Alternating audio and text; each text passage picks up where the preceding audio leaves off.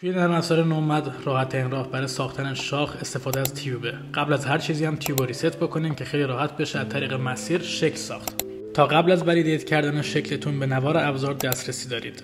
از توی نوار ابزار گزینه ردیوس میتونین شعاع یا نوک‌تیز بودن شکلتون تغییر بدین با استفاده از نقاط زرد. آپشن دیگه که در اختیار دارین پیچ و تاب دادن یا تویست به شکلتونه، ولی قبلش باید پروفایل شکلتون رو عوض بکنین، چون اگه پروفایل شکلتون حالت دایره‌ای باشه هر چقدر هم که بهش پیچ و تاب بدین نهایت تغییری حس نخواهید کرد.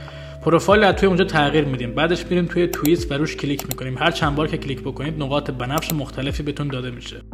با تغییر نقاط بنفش شما به شکلتون میتونین پیچ و تاب بدید. وقتی از مقدار پیچ و تاب راضی بودین با استفاده از میرر کپیش میکنین و در آخر هم با استفاده از ابزار گیزمو میتونیم روی شکل نهاییمون جابجاش بکنیم. تمام شد.